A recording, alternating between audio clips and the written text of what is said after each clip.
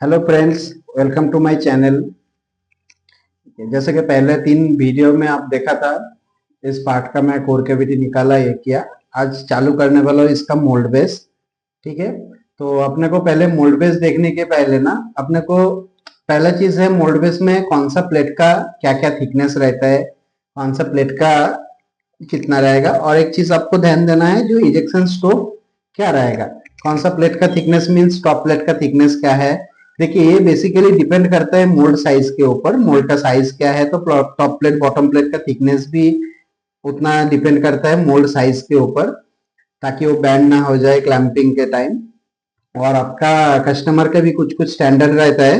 ऐसा कोई कोई कस्टमर को मेरे को इतना टनेज में मोल्ड जा रहा है तो इतना मेरे को साइज चाहिए, क्लैंपिंग साइज इतना चाहिए, मोल्ड का विड्थ चाहिए इतना, हाइट चाहिए इतना। तो डिपेंड करता है, कस्टमर का भी कुछ है, कस्टमर का भी कुछ पॉइंट रहता है, तो मेरे को ये रिगार्डिंग आपको चाहिए। तो उस हिसाब से आपका टॉप बॉटम प्लेट का थिकनेस होता है। ठीक है, सेकेंड थिकनेस हो गया इजेक्टर। इजेक्टर प्लेट का जो है वो भी आपका मोल्ड साइज के डिपेंड ही करता है, कोर कैविटी का साइज क्या है उसके ऊपर आपको नॉर्मली बेसिकली उसका जो है थिकनेस वगैरह मेंटेन किया जाता है। और हो गया आपका इजेक्शन स्ट्रोक। तो इजेक्शन स्ट्रोक के लिए आपको दो चीज देखना है। पहला चीज है आपको इजेक्शन स्ट्रोक के लिए, जैसा कि आपका मैं अगर कैविटी हाइड करूं तो ये कोर है, ये पार्ट है। ठीक है, ये पार्ट है, ये कोर है। तो ये कोर जो पार्ट से ना, कोर से पूरा पार्ट को रिमूव होना है। ठीक है, अगर पार्ट मतलब कोर में जो प्रोफाइल है कितना डीप है, प्रोफाइल जैसा आपको इसमें दिख रहा है इतना डीप है। ठीक है, ये पार्ट को मैं अगर रखा तो इसको अगर सेक्शन काट करूंगा ना, ठीक है, आपको देखो सेक्शन कट करता हूं तो ये देखिए, ये मेरा एक ए है, ए भी पूरा कोर्स से ए, अभी एक फीचर ये है। ठीक है, ये फीचर ये है, तो ये मेरा पार्ट से निकलना चाहिए ना, कोर से पार्ट को। तो वो मेरा पहला है, पार्ट कोर से कितना इजेक्शन होने में कोर सरफेस से पूरा पार्ट निकल जाता है, किधर भी कोर में फंसा नहीं रहता है।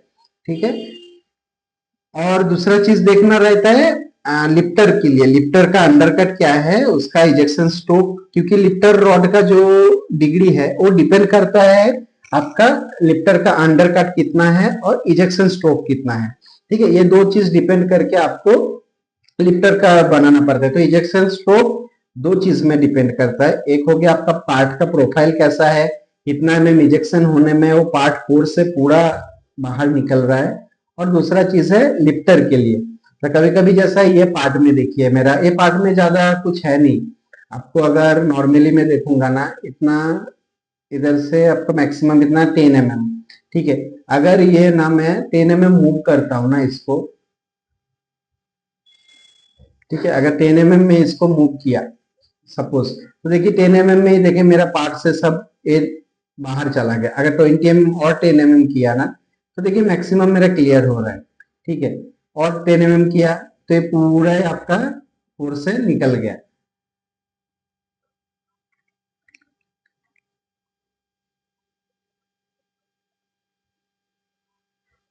ठीक है, तो मेरा अगर 30-40 mm इसका इजेक्शन स्ट्रोक ले लूंगा ना, ये 30 mm मूव करके देखा, अभी और 10 mm करके देखता हूँ 40 mm में, देखिए 40 mm में पूरा क्लियर हो रहा है। ठीक है, तो ये 40 mm में अगर मैं पार्ट को ऑटो फॉल भी कराना चाहता हूँ। हाँ, और एक चीज होता है, आपका पार्ट हाथ से निकलने वाला है या पार्ट ऑटो फॉल होना चाहिए। हाथ से निकलना मीन्स जब इजेक्शन होएगा ना, तो पार्ट किधर फंसा रहेगा तो हाथ से निकलना पड़ता है उसको। ये जैसा ये सब पार्ट में तो फंसता नहीं है, क्योंकि कुछ कुछ पार्ट है, जैसा आपका बाइक का हेडलाइट का जो पूरा यूनिट है, मार्गार्ड हो गया, ये सब कैसा ना, आपका बड़ा 4 व्हीलर्स का जो पार्ट रहता है, 3 तरीके से होता है। एक हाथ से निकलता है, दूसरा रोबोपिक होता है, रोबोट से निकलता है। तो हाथ से निकलना, रोबोट से निकलना दोनों सेम कॉन्सेप्ट हो गया, क्योंकि रोबोट भी वैसा ही आपको रबर ट्यूब रहता है, उसमें एयर वैक्यूम से क्रिएट करके ये सरफेस को पकड़ता है और पार्ट को निकाल लेता है। ठीक है, और हाथ से भी वैसा ही सिस्टम है, हाथ से भी निकलता है। और सेकेंड चीज है ऑटोफॉल, मतलब ऑपरेटर, मोल्डिंग ऑपरेटर को कुछ करना ही नहीं है, वो ऑटोमेटिक पार्ट इजेक्ट होके गिर जाएगा। तो ऑटोफॉल में कैसा है ना, जो एस्थेटिक पार्ट रहता है ना, अभी देखिए ये मोल्ड है, इसमें अगर ये ऑटोफॉल होएगा ना, तो ये जो नीचे मोल्डिंग मशीन वगैरह जो भी है इसमें वो ये सब सरफेस को ना जब ये गर्म हीट रहता है तो इसमें कैसा ना जिधर आपको टच होएगा ना तो पार्ट में डैमेज होता है। तो जो एस्थेटिक पार्ट है वो डैमेज दिखेगा, इधर कुछ स्क्रैचेस दिख गया, ये दिख गया, तो आपको वो चीज इसके लिए ऑटोफॉल अवॉइड करता है, क्योंकि ऑटोमोबाइल्स मोड में एस्थेटिक पार्ट ज्यादा रहता है जो आपको विजिबल होता है। तो ऑटोफॉल इसके लिए उसको डिपेंड करता है जो ऑटोफॉल ना हो। एक रोबो पिक होता है, नहीं तो हाथ से निकलता है। अगर कस्टमर को बोलता है नहीं मेरा को ऑटोफॉल चलेगा, कुछ इशू नहीं है, इतना स्क्रैचेस नहीं है, कुछ इधर प्लास्टिक वगैरह लगा देता है ताकि उसमें से पार्ट निकले, तो ऑटोफॉल में ऑपरेटर का कुछ वर्क नहीं रहता है, बोल्ट ऑटोमेटिक इजेक्शन होएगा, फिर ऑटोमेटिक क्लोज होके ये होएगा। ठीक है, ओके। अब ये ऑटोफॉल में कैसे ना साइकिल टाइम भी कम हो जाता है। अगर मास प्रोडक्शन चाहिए तो ऑटोफॉल में साइकिल टाइम कम होता है। अगर रोबो पिक है या हाथ से निकलना है तो एक ऑपरेटर जाएगा, फिर पार्ट को पकड़ेगा, निकालेगा, फिर गेट बंद करेगा। रोबोट में भी सेम आएगा, रोबोट आएगा, पार्ट को खींचेगा, तो इसमें साइकिल टाइम भी थोड़ा बढ़ जाता है। ठीक है, तो आज इसको मैं हम लोग ऐसे ही नॉर्मली ऑटोफॉल ही देखेंगे। ठीक है, जो मूव किया था मैं ले लेता हूँ पीछे।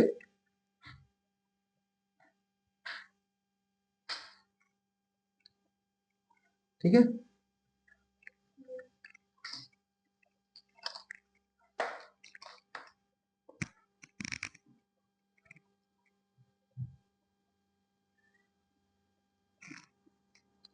ठीक है।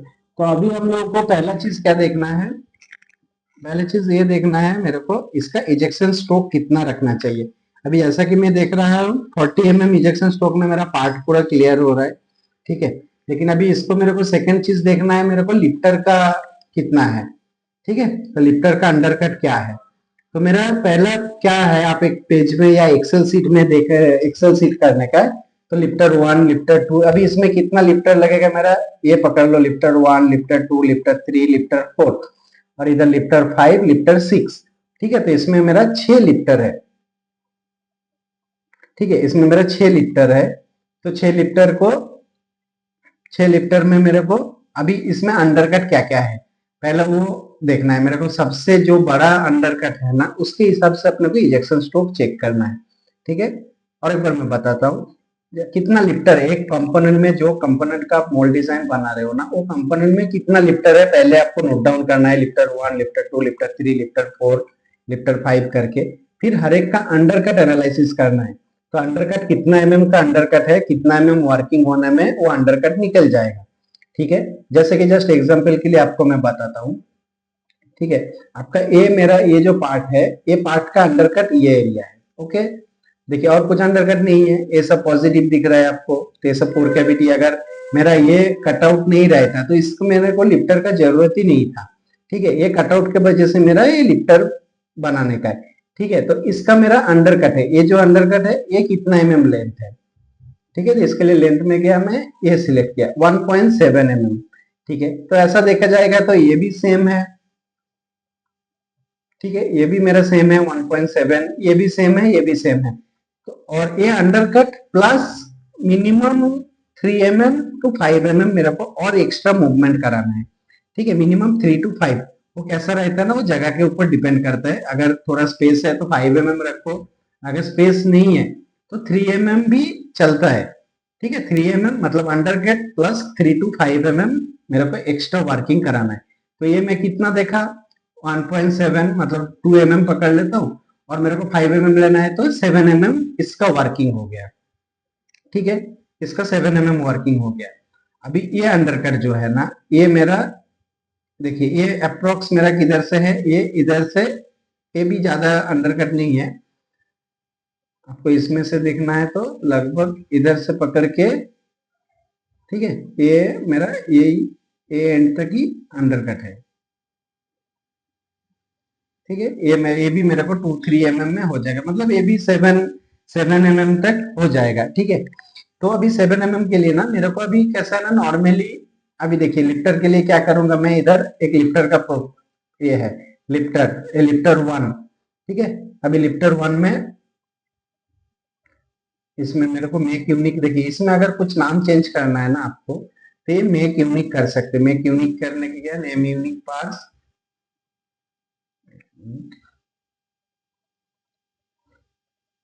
ठीक है, make unique parts, lifter 1 assembly.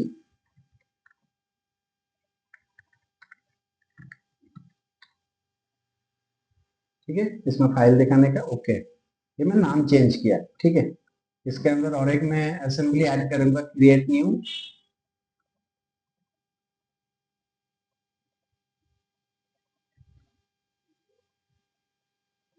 इसका फाइल दिखाने का है, किधर मैं असेंबली का साइड ये किया। फिर इसमें लिफ्टर 01।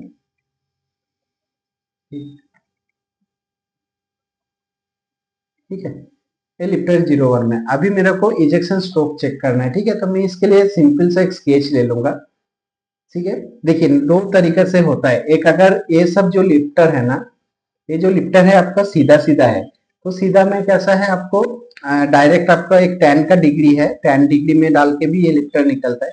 अरे देखिए बहुत सारा यूट्यूब में भी आपको वीडियो दिखेगा ना, जो ये सब लिफ्टर का ये डिग्री करो, ये कैलकुलेशन करो, इतना मैथ करो, इतने का कुछ जरूरत नहीं है। दो तरीका है। एक लिफ्टर लिफ्टर भी दो तरीके से वर्किंग करता है। एक हो गया सीधा अंडर कट रहता है, और एक रहता है कॉम्पाउंड एंगल। तो कंपाउंड एंगल का लिफ्टर मींस मतलब दो डिग्री में चलेगा। एक तो लिफ्टर का रॉड डिग्री जो डायरेक्शन में है, और एक अपवर्ड एंड डाउनवर्ड में चलेगा। ठीक है, जस्ट एग्जांपल के लिए मैं आपको एक बताता हूँ। ठीक है, अभी देखिए ये जो एक सोच लिए एक लिफ्टर है। ठीक है, मेरा एक रॉड है, एक रॉड है, ये तो एक ये मूवमेंट इधर होएगा। ठीक है, इसके ये सीधा चलने वाला है लिफ्टर। ठीक है, और एक ये लिफ्टर सेम ही रहेगा, बट ये लिफ्टर ये सीधा नहीं चलेगा, ये लिफ्टर मूवमेंट करेगा। एक मिनट, आपको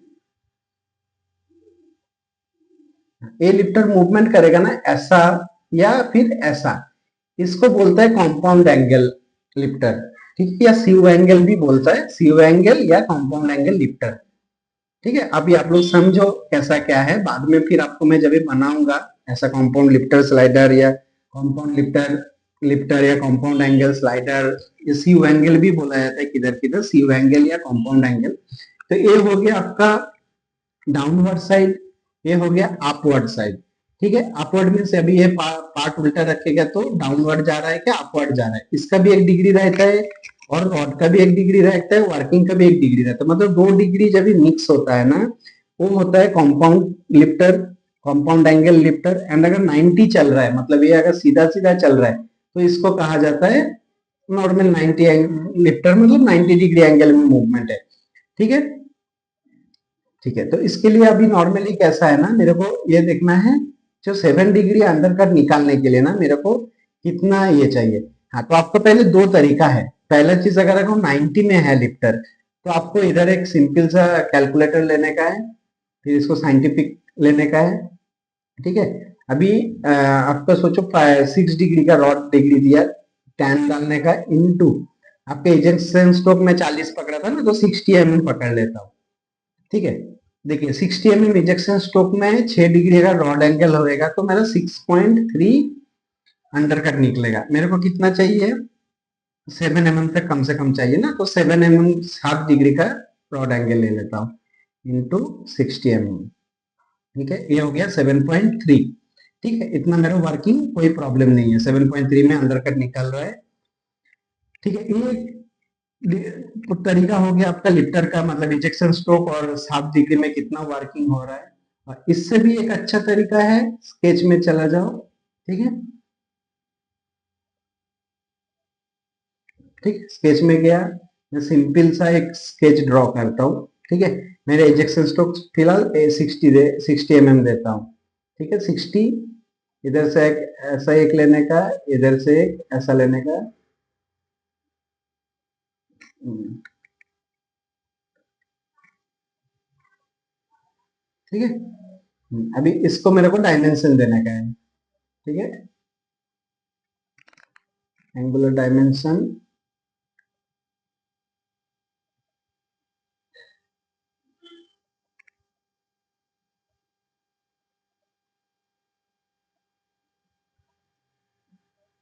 ये मैं कितना पकड़ा था, 7 डिग्री का रॉड एंगल। ठीक है, 7 डिग्री का रॉड एंगल पकड़ा। अभी ये सबसे बेस्ट तरीका है आपको निकालने के लिए रेफ्टर, क्योंकि आपका 10 डिग्री में अगर तकलीफ हो रही है, देखिए 7.4, ठीक है 7.4, और मेरा कैलकुलेशन में कितना आ रहा है आपको वो भी करके एक बार दिखा देता हूँ साइंटिफिकली। ठीक है 7 डिग्री 10 इंटू 60, देखिए 7.367 मीन्स इसके लिए स्केच में ये परफेक्ट 7.4 आया।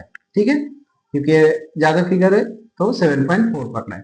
ठीक है अभी इसमें आपको सोच लो, आपको A60, आपको A7 डिग्री, हाँ अभी लिफ्टर का रॉड का लिमिटेशन क्या रहता है, लिफ्टर रॉड ना हम लोग कंपाउंड प्लस रॉड एंगल, अगर 90 में है तो सिर्फ रॉड एंगल, अगर कंपाउंड लिफ्टर है तो कंपाउंड का एंगल प्लस रॉड एंगल, ये दोनों मैक्सिमम अवॉइड करने का 12 mm का ऊपर नहीं जाना चाहिए। ठीक है 12 mm टू 15, 12 टू 15, क्योंकि हम लोग कभी कभी ना 15 डिग्री तक भी एंगल कैलकुलेशन करके ना 15 डिग्री तक भी लिफ्टर चलाता है सिंगल रॉड में।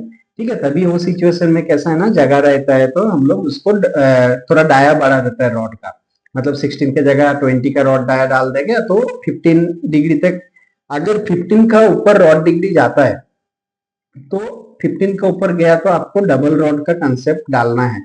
ठीक है वो भी कोई अभी कैसा है ना, आपको थियोरिटिकल ये सब चीज बताऊंगा तो समझ में नहीं आएगा, आपको प्रैक्टिकली जैसे जैसे करते रहूंगा वैसा आपको समझ में आएगा। ठीक है अभी ये देखिए मेरे को ये सोचिए अभी कोई अंडर कट है, जैसे कि ये अंडर कट है मेरा 10 mm अंडर कट है, जस्ट एग्जांपल के लिए समझ लो, मेरे को ये भाई ये कोई एक लिफ्टर पकड़ लो 10 mm अंडर कट चाहिए। ठीक है तो 10 mm अंडर कट के लिए आपको क्या है, आपको 10 mm इधर अंडर कट चाहिए, तो मेरे को या तो इजेक्शन स्ट्रोक बढ़ाने का है।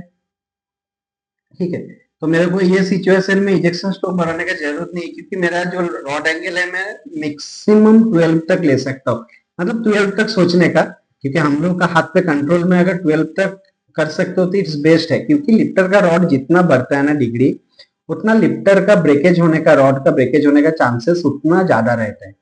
अगर आप 20 डिग्री रॉड एंगल में सिंगल रॉड डाल दोगे ना तो लिफ्टर लॉन्ग रन में ना टूट जाएगा, वो ब्रेकेज हो जाएगा रॉड प्रोडक्शन में। इसके लिए हम लोग डबल रॉड यूज करते हैं ताकि वो रॉड को स्ट्रेंथ रहे, क्योंकि एक तो डिग्री में फिर कंपाउंड एंगल में चलता है, डिग्री में चलता है, उसका वर्किंग होता है तो रॉड रॉड के ऊपर बहुत लोड आता है। ठीक है तो मेरा अगर ये 12 डिग्री तक हाथ पे है तो मैं इसको 10 डिग्री करके देखा, कितना वर्किंग मिला 10.6, इसको मैं 12 डिग्री किया, कितना वर्किंग मिला 12.8, और भी मेरे को अगर सोचिए 12 नहीं 15 चाहिए, अभी 12 के ऊपर रॉड नहीं जा सकते, तभी मैं इजेक्शन स्ट्रोक बढ़ाऊंगा, इसको अगर 80 किया देखिए 17 mm तक हो गया। समझ में आ रहा है, तो ऐसा करके हम लोग इजेक्शन स्ट्रोक डिसाइड करता है जो अपने को कितना इजेक्शन स्ट्रोक चाहिए। ठीक है तो ये सिचुएशन में मेरा 60 इजेक्शन स्ट्रोक 7 डिग्री का रॉड 7.5, ओके मेरे को 7 mm अंडर कट निकालना था, 7.4 बोलोगे तो ये ओपन एरिया है, कोई बात नहीं ओपन एरिया है तो।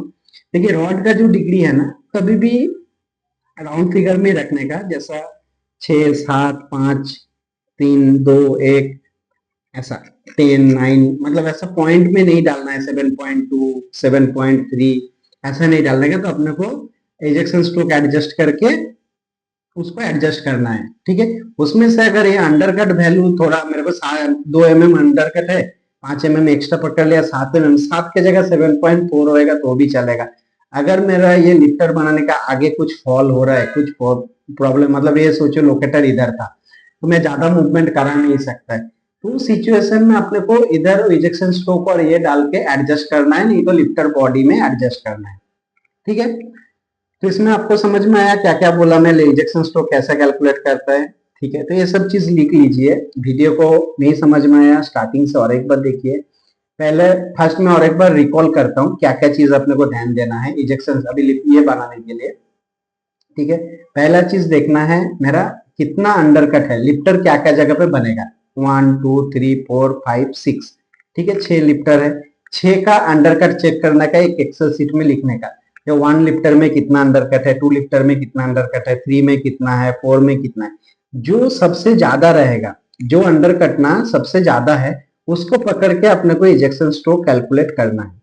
समझ में आ रहा है, अगर ये 2 mm है, ये 5 mm है, तो ये 5 mm को पकड़ के मेरे को इजेक्शन स्ट्रोक कैलकुलेशन करना है, क्योंकि 5 mm में जितना इजेक्शन स्ट्रोक आएगा रॉड एंगल के हिसाब से तो ये तो आएगा ही, इससे कम ही आएगा। समझ में आ रहा है ना? ठीक है, अगर मेरे को देखिए जस्ट आप इमेजिन कीजिए, ये मेरा अंडरकट है 10 mm, ठीक है, ये मेरा अंडरकट है 2 mm। तभी ये सिचुएशन में मैं, मेरे को ये 10 mm के हिसाब से इजेक्शन स्ट्रोक करना है, तो मेरा ये रॉड एंगल, सोच लो मैं इधर से इजेक्शन स्ट्रोक किया,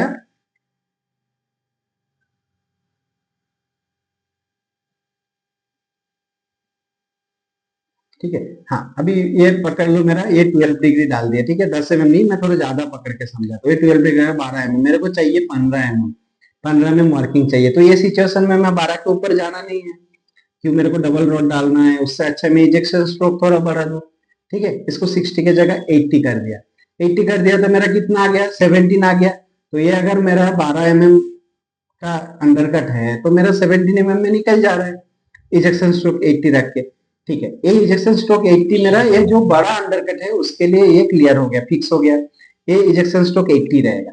अभी मेरा ये जो है ना, ये ओनली 2 mm है, इसको सिर्फ 7 mm ही वर्किंग कराना है, ठीक है। तो 7 mm वर्किंग कराने के लिए मेरे को क्या करो, इजेक्शन स्ट्रोक तो सेम रहेगा, बड़ा लिफ्टर का जो जब ज्यादा अंडरकट है उसके अकॉर्डिंग इजेक्शन स्ट्रोक सेट हुआ। अभी उसके इजेक्शन स्ट्रोक को सेम रख के मेरे को इधर डिग्री चेंज करना है। अभी सोचिए 5 डिग्री किया, आ गया ना 7 डिग्री, 7 mm वर्किंग। तो मैं ये जो लिफ्टर है ना, 1 2 3 4, इसको मैं रॉड एंगल 5 डिग्री रखूंगा, इसका रॉड एंगल 12 डिग्री रखूंगा। समझ में आ रहा है? और एक स्विच है मेरे को और कम करना है, तो 3 डिग्री रख दिया, 4.2 आ गया। वैसा ऐसा अपने को कैलकुलेशन करके देखना है, ठीक है। तो ये सिचुएशन में 60 mm रखा, ठीक है। अभी मेरे को बनाना है मोल्ड बेस, ठीक है। तो मोल्ड बेस बनाने के लिए देखिए, मोल्ड बेस में मोल्ड बेस का फोल्डर है, ठीक है। बॉटम प्ले इजेक्शन के, इजेक्शन का है, लाइनर, लाइनर है, टॉप प्लेट फिक्स अपना है, ठीक है। अभी ट्री कैसा है ना, अलग अलग तरीका से ट्री बनाता है, कोई फिक्स अप में मोल्ड बेस में ही सब डालता है, जिसका जैसा तरीका ऐसा कुछ नहीं है। फिक्स अप में टॉप प्लेट रखा, मैनीफोल्ड रखा, कैविटी ब्लॉक रखा, मोल्ड बेस में code back, bottom plate, liner, ये सब रखा, इजेक्शन प्लेट में इजेक्टर, इजेक्टर बैक, ये सब रखा, ठीक है। ठीक है, अभी मैं पूरा असेंबली ऑन करता हूँ। ये मेरा कैविटी ब्लॉक है। अभी इसमें मैनीफोल्ड, देखिए मैनीफोल्ड कभी लगता है, पहला चीज मैनीफोल्ड लगता है जब भी मैं हॉट रनर मोल्ड यूज करूंगा, ठीक है। हॉट रनर मोल्ड के लिए मैनीफोल्ड लगता है। बाकी अगर मैं कोल्ड स्क्रू डालूंगा ना तो मैनीफोल्ड नहीं लगता है, ठीक है। अगर कोल्ड स्क्रू मीन्स जो डायरेक्ट स्क्रू, स्क्रू बूथ से मेटेरियल पास होके डायरेक्ट पार्ट में जाता है ना, वो हो गया आपका कोल्ड स्क्रू मोल्ड, ठीक है। तो उसमें मैनीफोल्ड नहीं लगता है, ठीक है। ये डिस्टेंस कितना है, ठीक, 16 mm है। तो 12 mm का अगर ये डाला ना तो मेरा डायरेक्ट इधर से गेट बना के डाल सकता है। नहीं तो मेरे को हॉट हॉट स्क्रू, अगर इसमें कस्टमर बोलता है नहीं मेरे को हॉट हॉट रनर चाहिए, गेट इधर लोकेशन होना चाहिए, या डबल डबल गेट मतलब डबल ड्रॉप होना चाहिए।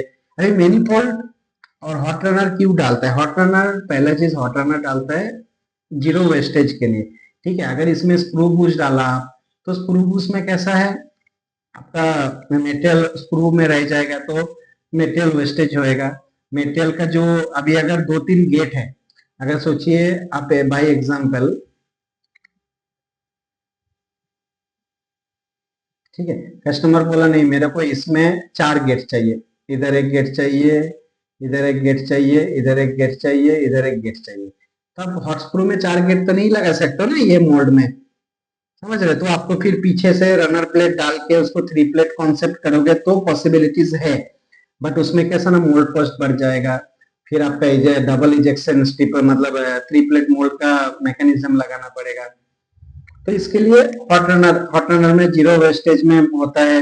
फिर अगर सिक्वेंशियल चाहिए आपको गेट, अभी कोल्ड स्क्रू में आप सिक्वेंशियल नहीं कर सकते। सिक्वेंशियल मीन्स क्या है, मेरा ये गेट पहले खुलेगा, ठीक है, उसका 2 सेकंड बाद मेरा ये गेट खुलेगा, ये गेट खुलेगा। मतलब मेटेरियल फ्लो बिहेवियर कैसा है ना, मेरा ये ऐसा फ्लो हो रहा है, ठीक है। सिक्वेंशियल हम लोग क्यों करता है ना, वेल लाइन को, वेल लाइन समझ में आता है, वेल लाइन क्या है, वेल लाइन मीन्स जब भी दो मेटेरियल मर्ज होता है ना, उसको हम लोग वेल लाइन बोलता है, ठीक है। इसके बारे में भी मैं अब डिटेल्स में वीडियो करूंगा, वेल लाइन का कैसा क्या है क्या नहीं होता है, ठीक है। जस्ट आप बेसिक समझो, इधर मेटेरियल ऐसा फ्लो हो रहा है, ठीक है। अभी ये इधर तक आया, आते आते ना इसको आने के लिए सोच लो 2 सेकंड 3 सेकंड लगा, ठीक है, इतना आने के लिए।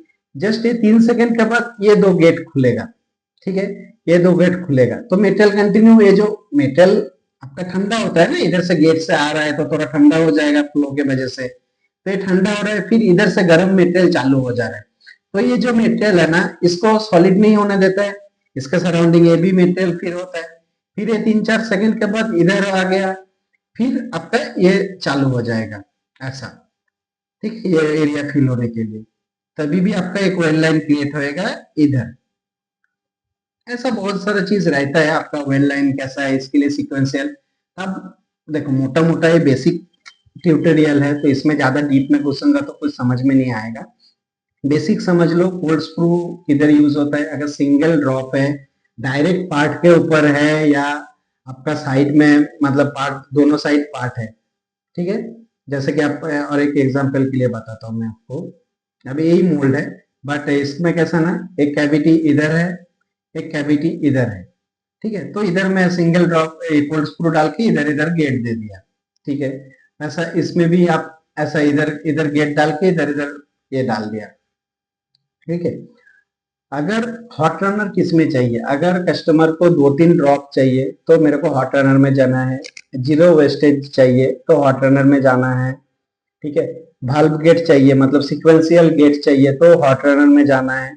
जीरो वेस्टेज लेकिन सिंगल ड्रॉप चाहिए, जीरो वेस्टेज सिंगल तो हॉट स्क्रू जाता है, देखिए हॉट रनर में भी दो मिलता है, एक हॉट स्क्रू हो गया, एक सीक्वेंशियल गेट हो गया, ठीक है। हॉट स्क्रू बोला जाए तो फिर एक हॉट, जैसा स्क्रू बूस रहता है ना वैसा ही स्क्रू बूस है, लेकिन वो हॉट रनर मतलब हॉट रनर का कॉयल वगैरह सब कुछ रहेगा, वो ऐसा हॉट स्क्रू रहता है, ठीक है। तो ये समझ में आया, तो इसमें मैं हम लोग डायरेक्ट इधर ये गेट देके स्क्रू बूस डाल के इधर ये गेट बनाऊंगा, ठीक है। तो इसमें मैं मैनिफोल्ड यूज नहीं करूंगा, तो मैनिफोल्ड यूज नहीं करूंगा तो मैनिफोल्ड को रेफरेंस सेट में एम्प्टी कर दूंगा, एम्प्टी या पूरा सस्पेंशन भी कर सकते हो, ऑलवेज सस्पेंड, मतलब मैनिफोल्ड का यूज ही नहीं है, ठीक है। हाइट हो गया मैनिफोल्ड। अभी टॉप प्लेट, टॉप प्लेट बनाने के लिए टॉप प्लेट को एक्टिव किया, ठीक है। हाँ, अभी ये मोल्ड बेस बनाने के टाइम आपको मोल्ड का top bottom operator side non operator side ये आइडेंटिफाई करना है, ठीक है।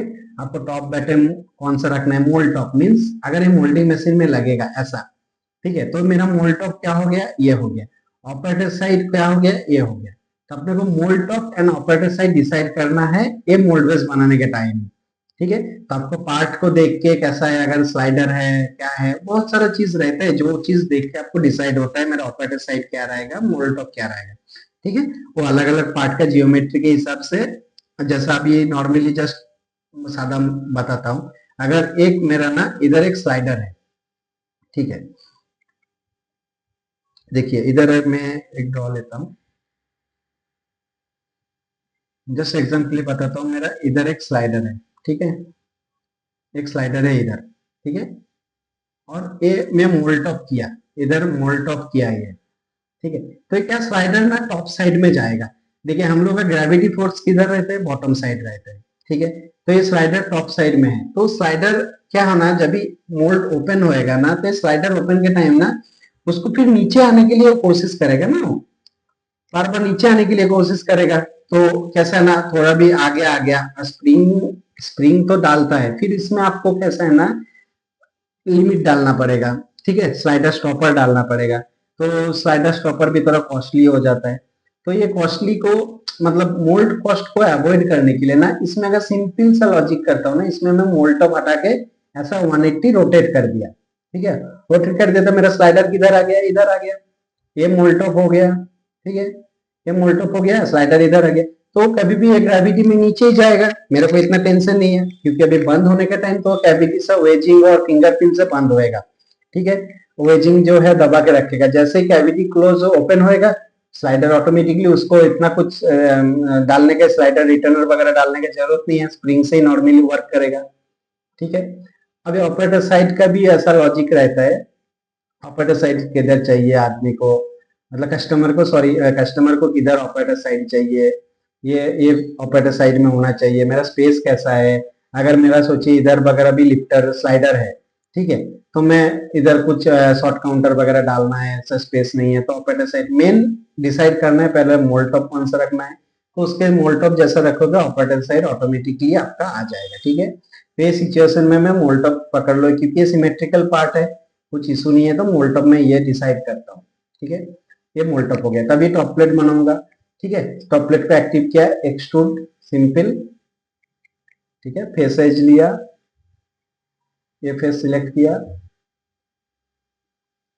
एंटायर असेंबली करने का, क्योंकि आपके स्केच में देखो असेंबली है, नहीं तो आपको लिंक लेके जाना पड़ेगा, वो भी जा सकते हो, इसका फेस लिंक लेके टॉप प्लेट में गया, नहीं तो एंटायर असेंबली में फेस एज।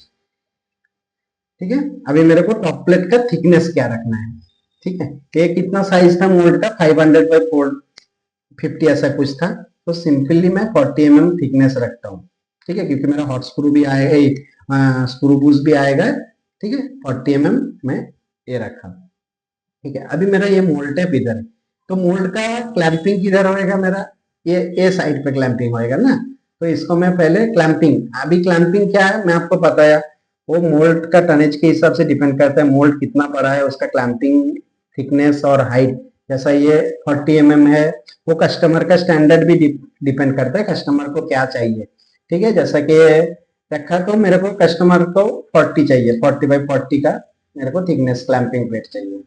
ठीक है, तो ये 40 mm ऑफसेट कर लिया, अभी आपको दिख रहा है ना ऐसा। ठीक है, अभी ये मेरा क्लैंपिंग फेस हो गया, इधर ऐसा मोल्ड, ऐसा मोल्डिंग मशीन पे लगाएगा, ये प्लेटन है, तो इधर मेरा मोल्ड को क्लैम्प करेगा। ठीक है, इधर करेगा, वैसा ऑपोजिट सेम बॉटम साइड में करेगा। ठीक है, इसको मैं कलर चेंज कर देता हूँ।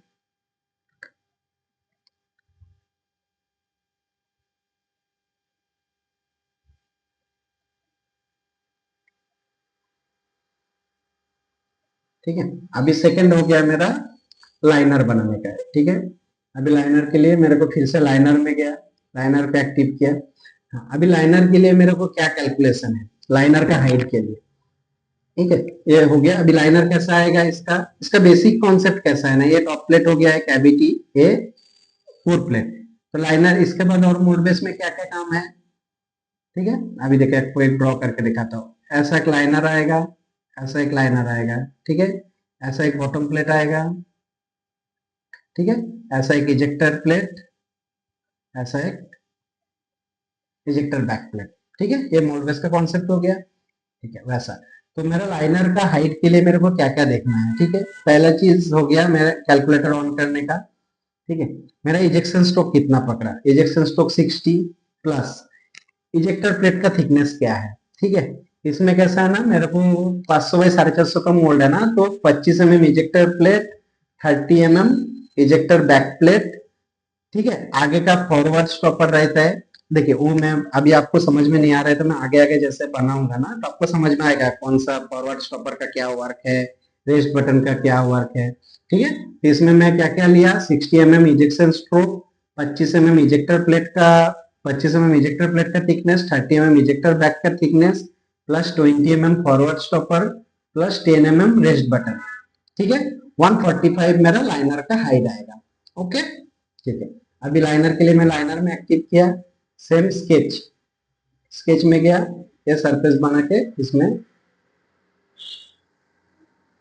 ठीक है, इसको मैं वाइट करता हूँ। देखिए अभी लाइनर का थिकनेस क्या है ना, अभी इधर से मैं एंटर असेंबली। ठीक है, लाइनर का मैक्सिमम कैसा है ना, क्योंकि मेरा इधर लिफ्टर यूनिट भी आएगा, ये भी देखना है मेरा, लिफ्टर यूनिट इजेक्टर प्लेट में आएगा, इधर भी एक लिफ्टर यूनिट इधर आएगा। ठीक है, तो मेरे को लाइनर कम से कम इधर मैं विड में, ठीक है, 80 mm ले लेता हूँ। ठीक है, 80 mm हाइट, जितना मोल्ड का हाइट है उतना हाइट आएगा। ठीक है, ये फिनिश किया। ठीक है, अभी मेरा हाइट कितना था इसका, 145, अभी लाइनर में गया, एक्सट्रूड स्केच को 145, 145। ओके, ये लाइनर एक हो गया, अभी सेम इसको मिरर कर देंगे opposite side, mirror geometry YC में। ओके, ठीक है, इसको कलर चेंज कर देता हूँ।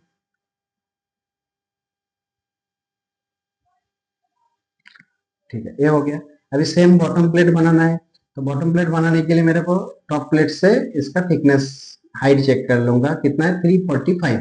ठीक है, अभी इसमें बॉटम प्लेट में गया, स्केच, ये प्लेन को ले लूंगा, सॉरी ये प्लेन नहीं, ये प्लेन को लूंगा मैं। ठीक है, वेक्टर ये ले लिया। सेम टॉप प्लेट का जो है साइज, वही साइज सेम, तो मेरे को फिर ऑफसेट करने का जरूरत नहीं रहेगा। ये लिया। हाँ, अभी इसका कभी भी ये ध्यान रखने का, आपका टॉप प्लेट का थिकनेस जितना रखा है बॉटम प्लेट का भी थिकनेस उतना ही रखना है। ये बेसिकली यूनिक मतलब रूल्स है, सेम ही रखना है। अगर कस्टमर बोला नहीं मेरे को चेंज करना है कुछ, तो अलग मैटर है, बट ऐसा भी कभी कस्टमर बोलता नहीं है, क्योंकि उनका कैसा ना क्लैंपिंग जो है ना 40 mm रखा था। ठीक है, उनका जो क्लैंपिंग एसेसरीज है ना वो सेम रहता है, वो टॉप प्लेट के उधर अलग इधर अलग, तो ऑपरेटर को भी कंफ्यूज आएगा इधर का उधर, क्योंकि जब ये मोल्ड क्लैंप करेगा ना ऐसा, तो इसको जैक भी देना पड़ता है इधर, तो ये दोनों के लिए सेम ही सेट करेगा, सेम ही रखेगा, तो इसके लिए कभी भी दोनों का थिकनेस सेम रखने का। ठीक है, समझ में आया? ओके, अभी बॉटम प्लेट हो गया, टॉप प्लेट हो गया, कैविटी, कोर, लाइनर। अभी काम बचा है मेरा इजेक्टर, इजेक्टर प्लेट का। इजेक्टर प्लेट को एक्टिव किया, सेम बॉटम प्लेट को हाइड कर देता हूँ। सेम स्केच लेने का इधर, सॉरी पहले मैं इजेक्टर बैक प्लेट बनाऊंगा, इजेक्टर बैक प्लेट। ठीक है, स्केच लिया, इधर ये किया। ठीक है, ऐसा सेम ये पॉइंट लेके ये पॉइंट तक। ठीक है, इसको फिनिश, इसको एक्सट्रूड। कितना एमएम बोला था मैं आपको? 30 mm ejector ejection back plate का। ठीक है, ये देखिए 30 mm, 25 mm इजेक्टर प्लेट का, इजेक्टर बैक प्लेट का 30 mm। ठीक है, तो 30 mm मेरे को 10 mm नीचे गैप चाहिए, तो इधर 40 रखता हूँ, इधर -10, सॉरी +10। ठीक है, तो ये मेरा 10 mm का गैप हो गया। ओके, अभी इसमें और एक चीज है, सॉरी ये स्केच में पॉइंट में थोड़ा गड़बड़ हुआ, पकड़ने के लिए थोड़ा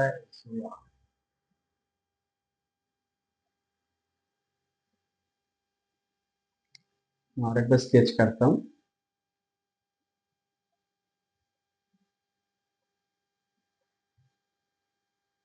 ठीक है, पॉइंट टू पॉइंट मैच किया, एक्सट्रूड। ठीक है, हो गया। अभी इसमें एक चीज है सिंपल सा, देखिए ये जो इजेक्टर प्लेट है ना, ejector back plate and ejector plate ना, ये वर्किंग होता है। ठीक है, ये कंटिन्यू ऊपर जाएगा नीचे आएगा, ऊपर जाएगा नीचे आएगा। ठीक है, तो ये वर्किंग के लिए नहीं, लाइनर के साथ 0 0 नहीं रखना है, तो बार बार ये स्कोरिंग करके जाएगा, बराबर ना। तो इसके लिए इसका बीच में ना मिनिमम 3 to 5 mm का गैप रखना चाहिए। ठीक है, तो ये गैप रखने के लिए मैं लाइनर को हाइड कर देता हूँ। ठीक है, इजेक्टर बैक प्लेट एक्टिव है, ऑफसेट -5 mm, ऑफसेट कर दिया। अभी देखिए लाइनर लेके आया तो मैं, दोनों में भी गैप क्रिएट हो गया। ठीक है, इसको कलर दे देता हूँ। ठीक है, हो गया। अभी बॉटम प्लेट में ऑन करता हूं, तो देखिए ये जो गैप है ना, इसको रेस्ट बटन डालता है, ऐसा ऐसा रेस्ट बटन डालेगा। ठीक है, तो रेस्ट बटन क्यों डालने का? देखिए ये प्लेट अगर इसका जो सरफेस है ना, ये सरफेस अगर बॉटम प्लेट का सरफेस से बार बार 0 0 टच रहेगा, तो कैसा ना बार बार जब ये मोल्ड चलेगा, देखिए मोल्ड में तो 2 5 या 10 प्रोडक्शन नहीं निकलता है ना, कम से कम 50,000, 1 लाख, 2 लाख ऐसा प्रोडक्शन निकलता है। तो ये कंटिन्यू जब भी 2 लाख बार ऐसा बार बार फेस टू फेस टच होएगा ना, तो क्या होएगा ना, ये फेस खराब होएगा, ये फेस भी खराब होएगा। इसमें अगर छोटा छोटा बटन डाल दिया ऐसा राउंड शेप में ना, 2 3 बटन डाल दिया पूरा मोल्ड में, पूरा लेंथ वाइज, तो क्या होएगा ना, आफ्टर मोल्ड में जब भी ये बटन मेरा कुछ खराब हो जाएगा ना, तो सिर्फ ओनली वो बटन को चेंज, ये प्लेट चेंज करने का जरूरत नहीं है, ओनली बटन चेंज कर दूंगा तो मेरा काम हो जाएगा। ठीक है, इसके लिए ये गैप रखना है। ये गैप भी देखिए कस्टमर का हिसाब से अलग अलग कंपनी का अलग अलग स्टैंडर्ड रखता है, कोई 6 mm रखता है, कोई 10 mm रखता है। ठीक है, वैसा सेम चीज ऊपर भी आएगा। अभी मैं आपको इजेक्टर प्लेट बनाता हूँ पहले। ठीक है, फिर से एक्सट्रूड लेना है, फेस एज, और ये 0, ये 25। ठीक है, ये इजेक्टर प्लेट हो गया।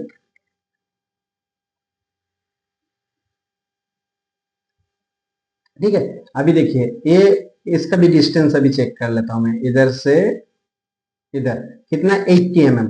80 mm क्यों, अपना 60 mm इजेक्शन स्ट्रोक, और इधर मैं 20 mm का फॉरवर्ड स्टॉपर लगाऊंगा।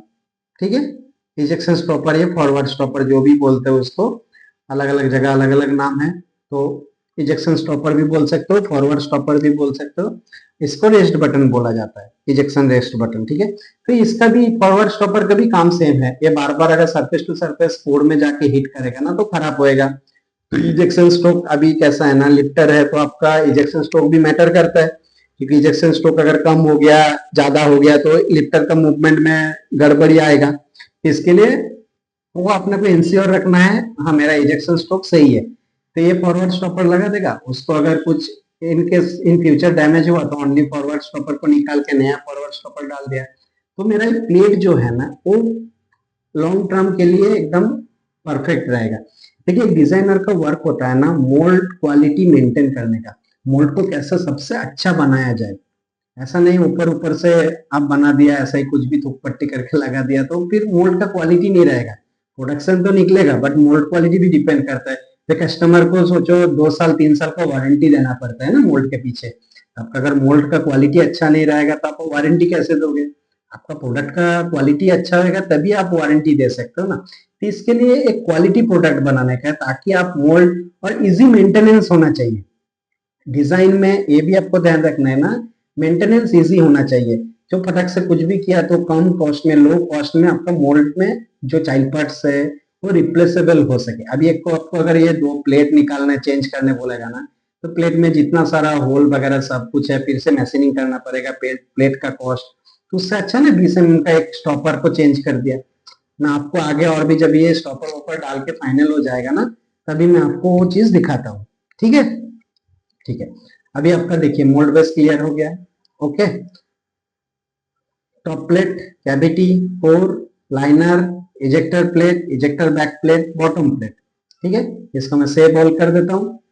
ठीक है, आप स्टेप बाय स्टेप प्रैक्टिस करो, कैसा स्टेप बाय स्टेप बनाया। तो प्रैक्टिस करोगे ना इसमें, देखो मोल्ड डिजाइन के लिए और कुछ नहीं है, आपको प्रैक्टिस करना पड़ेगा। जितना प्रैक्टिस करोगे आप उतना डेवलप ज्यादा होएगा।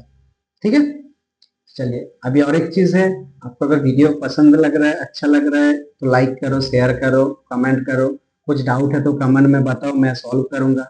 और अच्छा लग रहा है तो कृपया सब्सक्राइब करो, क्योंकि बहुत मेहनत लगता है यार बनाने के लिए। क्योंकि एक एक वीडियो, देखो मैं भी जॉब में जॉब करता हूँ, तो जॉब छोड़ के फिर जॉब से आने के बाद आप लोगों के लिए वीडियो बनाता हूँ, तो एक लाइक तो मेरा हक है ना यार। तो आपको अगर अच्छा लगे, अच्छा नहीं लगे तो मत लाइक करो। ठीक है, अगर अच्छा लगा तो सब्सक्राइब करो, लाइक करो। ओके, ठीक है, चलिए फिर नेक्स्ट पार्ट में मिलते हैं।